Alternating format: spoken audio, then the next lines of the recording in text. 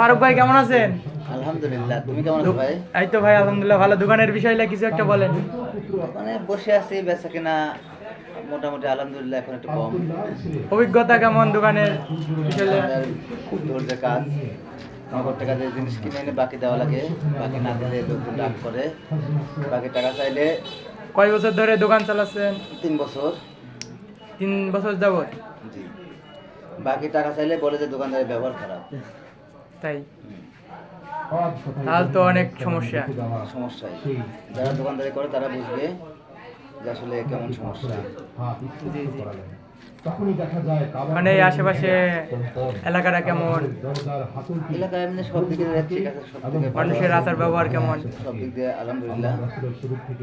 মানুষের হাতে এলাকার ইনকাম কম, কৃষিকাজের উপর সবাই নির্ভরশীল।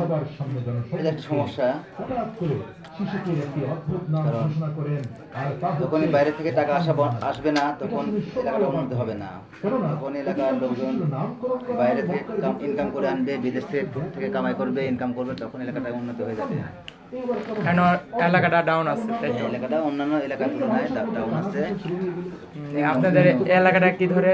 এলাকাটার নাম কি? এলাকার নাম হচ্ছে আহমদপুর। তবে এলাকাতে মানুষগুলো খুব ভালো, খুব শান্ত পরিবেশ। যেখানে যাই নিজ এলাকা ছেড়ে কোথাও থাকতে পারি না, ভালো লাগে না। তখনই আমরা এলাকাতে চলে আসি, তখনই মনটা শান্তিতে ভরে যায়। তুমিও দেখবে, চেষ্টা করে দেখবে, জি জি অবশ্যই। ট্রাই করে দেখবে যে এলাকার যে পরিমাণে শান্ত সৃষ্ট এমন কোথাও তুমি পাবে না। হ্যাঁ,